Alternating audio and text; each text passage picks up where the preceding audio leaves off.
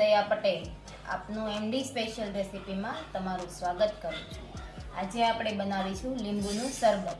લીંબુના શરબત માટે આપણે દળેલી ખાંડ લીધી છે 1 વાટકો। આટલો આપણે 2 લીંબુનો રસ કાઢેલો છે, 3 ચમચી જેટલો રસ છે।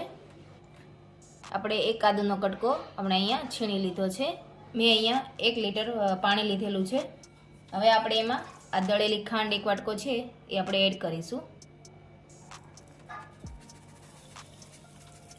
આપણે સ્વાદ અનુસાર આપણે એમાં અત્યારે એડ કરીશું। જો તમે વધારે મીઠું ખાતા હોય તો તમે વધારે એડ કરી શકો। હવે આપણે આને બરાબર મિક્સ કરી દઈશું। દળેલી ખાંડ હોય તો ઝડપથી આપણું ફટાફટ શરબત બની જાય છે। 10 જ મિનિટમાં આપણું શરબત તૈયાર થઈ જશે। એટલા માટે આપણે દળેલી ખાંડ જો આપણે સ્ટોર કરી રાખવી હોય તો તમે એ પણ કરી શકો છો। મેં અહીંયા દળેલી ખાંડનો સ્ટોર કરી રાખેલો છે। સરસ મજાની આપણી ખાંડ ગળી ગઈ છે। હવે આપણે આમાં લીંબુનો રસ લીધેલો છે એડ કરી દઈશું।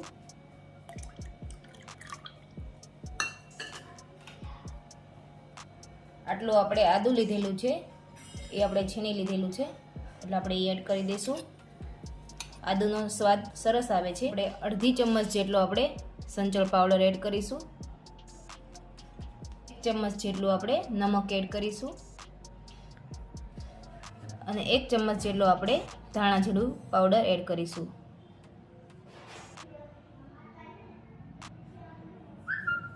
હવે આપણે આને બરાબર મિક્સ કરી દઈશું। સરસ મજાનું આપણું લીંબુનું શરબત તૈયાર થઈ જશે। 10 જ મિનિટમાં આપણું લીંબુનું શરબત તૈયાર થઈ જાય। ઉનાળાની ગરમીમાં લીંબુનું શરબત પીવાથી સારું રહે છે। આપણો ઇમ્યુનિટી પાવર પણ સારો રહે છે। તમને વધારે થાક લાગતો હોય તો એના માટે આપણે લીંબુ શરબત વધારે યુઝ કરે છે। સરસ મજાનું આપણું લીંબુનું શરબત તૈયાર થઈ ગયું છે। સરસ મજાનું આપણું લીંબુનું શરબત તૈયાર થઈ ગયું છે।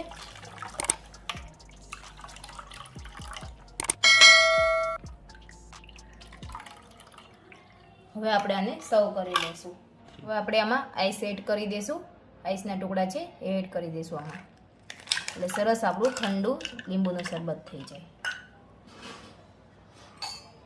હવે આપણે આને મિક્સ કરી દઈશું આવી રીતે।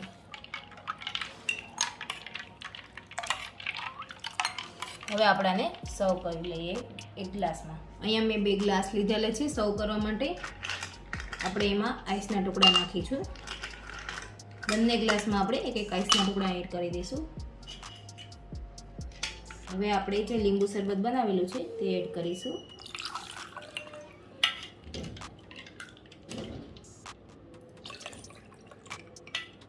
ઉનાળાની સિઝનમાં લોકો લીંબુ શરબત પીવાનું વધારે પસંદ કરે છે।